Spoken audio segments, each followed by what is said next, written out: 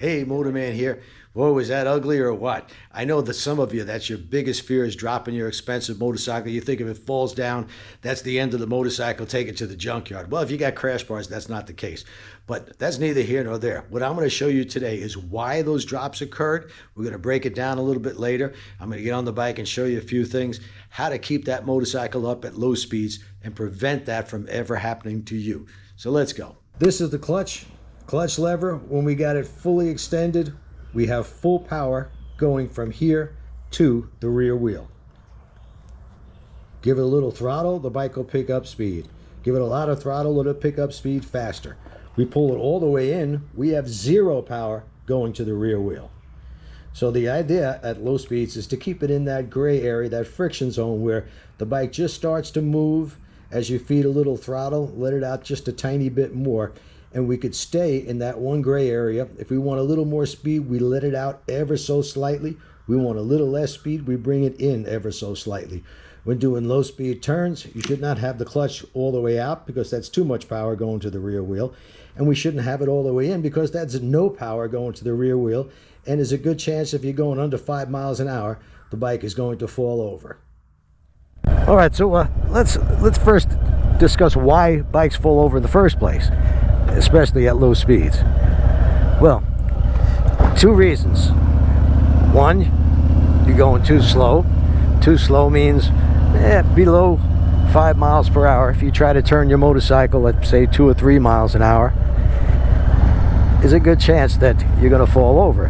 That's because there's more force pulling you to the ground, gravity, than the force pulling you forward. You create the forward force with your clutch, throttle, and a little helper, the rear brake. A lot of people say, well, what does that rear brake do for you? Well, you got the clutch and throttle. As I give it a little bit of throttle, I put on this other camera so you can see my hand as well. When we go to start off, we're going to let the clutch out a little bit. We're going to add a little bit of throttle. Clutch, throttle. The bike wants to go forward. It's starting to move. I let it out just a tiny bit further. Feed a little more throttle. And now if I put a little bit of pressure on the rear brake, we got two forces. We got the force holding you back with the rear brake and the force pulling you forward with the clutch and throttle. Boy, you could almost get that bike to stand still. Some people can get it to stand still. But those are the three controls we're talking about. The rear brake, like I said, is a little helper. It's mainly clutch and throttle. So once we let the clutch out all the way, clutch is fully extended, we give a little throttle, the bike leaps ahead almost as if out of control.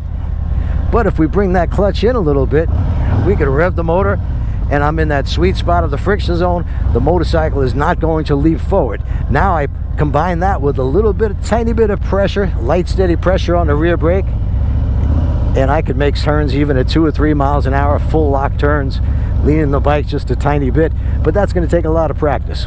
So the two reasons bikes fall over at low speeds is not enough forward momentum. That's number one. And pulling in the clutch, having no power going to the rear wheel. When that clutch is pulled in, it's just like I'm in neutral. I can rev the motor, nothing's going to happen. As soon as I start to let that clutch out a little bit, the bike wants to move. I immediately get both feet up. I bring the revs up just a little bit. We're 1800 RPM or so. Now I put a little bit of pressure on that rear brake. I let the clutch out slightly more, still in the friction zone. And I could whip that bike around, make U-turns all day long on even the narrowest roads. So, to practice this stuff, practice first going in a straight line very slowly in the friction zone, a little bit of pressure on the rear brake. If you don't want to use the rear brake, you could practice it with just clutch and throttle. That'll work as well. I'm not using any rear brake now, but I'm still going very slowly forward, but I have good clutch throttle control. So when you're learning this stuff, you want to use that other helper, the rear brake. I can put the bike right on the pegs of the floorboards. You're going to hear that scraping sound. That's just a kickstand. And even at these low speeds, the bike won't fall over. Now let's take a look at those first scenes that I showed you with the bikes falling down, and I'm going to show you exactly what's going on there, why they fall over. And I know, guys, Alright, now watch this closely. Comes around the turn, speed's okay. Pulls in the clutch, down goes the motorcycle. Very common, happens a lot in the class as far as pulling in the clutch.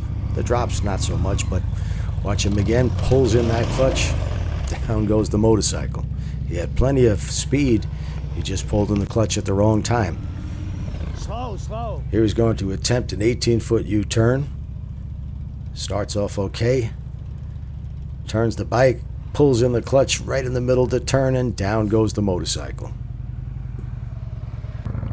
Let's watch this rider starting off okay. Comes around the turn here, slow, pulls in the clutch, down goes the motorcycle. Don't do this, folks. You got to keep power to the rear wheel and have a little bit of momentum. Let's watch this rider. He looks at this cone, pulls in the clutch, down goes the motorcycle. Watch this U-turn now. He's doing okay, but he gets in the middle of the turn, pulls in the clutch. Don't do it, folks.